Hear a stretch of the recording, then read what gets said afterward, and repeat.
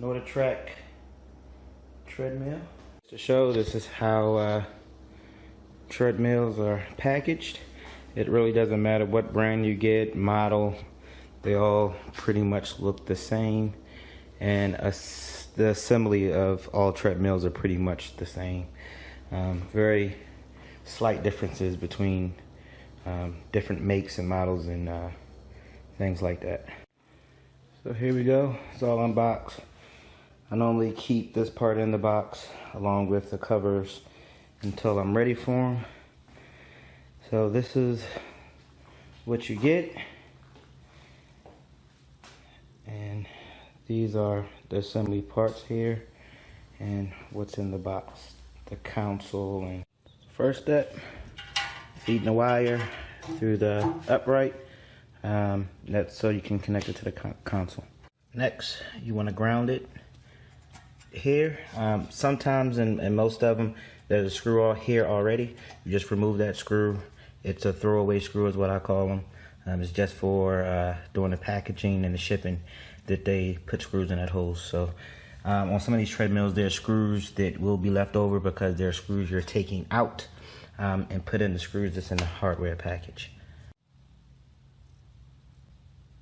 Then you connect the base. I normally just hand tighten these first to get them into the thread.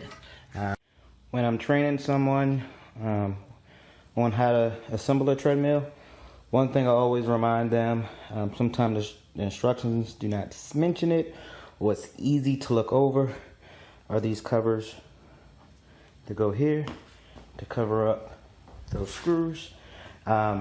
If you forget to do this part and end up getting half the machine, the treadmill, put together, you have to take a lot of parts apart to put these on. So what I normally always tell my guys is after they do that, do this part, check the box to make sure they have these covers, and make sure they get those on first before moving any further.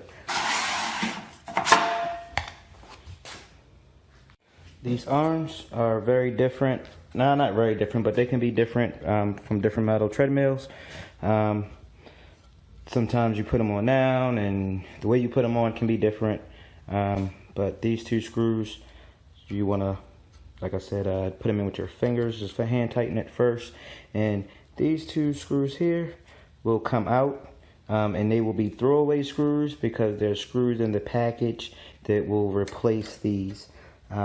So these are some of those throwaway screws that I was talking about.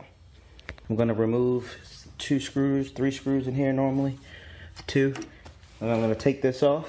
This is going to go here, and it's going to screw in here and here with 2 new screws. That's the place where those throwaway screws were. There you go. That's now connected. And I always tell my guys when I'm training, if you're using power tools, when you're putting these 2 screws in, do not go crazy with it and over tighten. This will crack and break. So you don't want to go crazy with it if you're using power tools to tighten these screws up. Now we're going to add the trays to the console. And again, do not over tighten these screws. Take your time. You don't have to go crazy with it. If you over tighten them, you could break the plastic or damage the plastic. So the trays are in. So now I'm going to connect this to here. Then I'll be able to attach the screws back here, attach here, hook this cable up here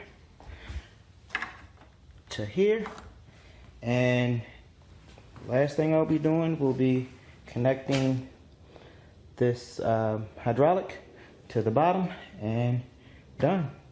Okay, I'm all done, but the customer's still not home yet.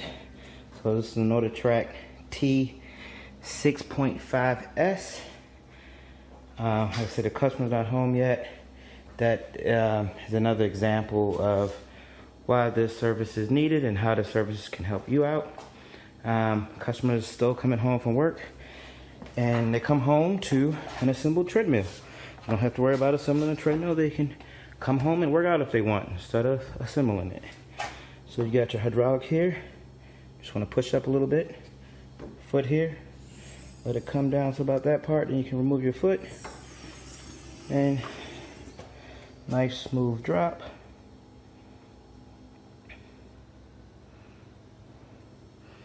And one thing I like to do before I go over everything with the customer, turn it on, turn it at the highest speed.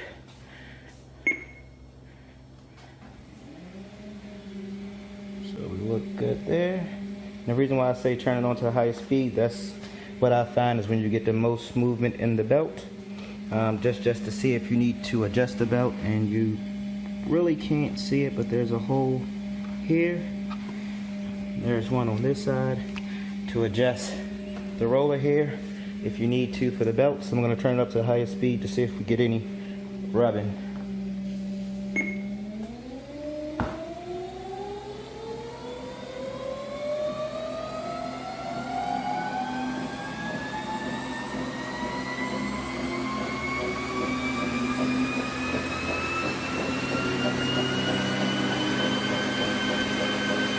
There's no rubbing, but I'm going to adjust the belt just a little because there's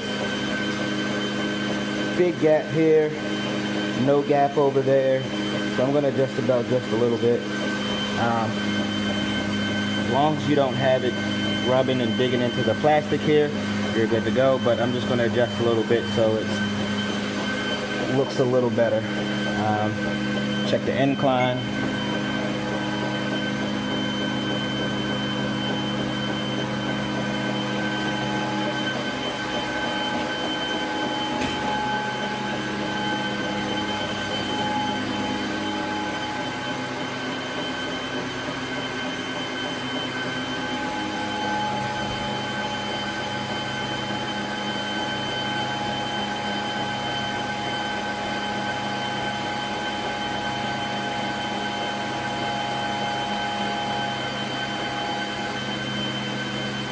And the last thing I like to check is the safety switch.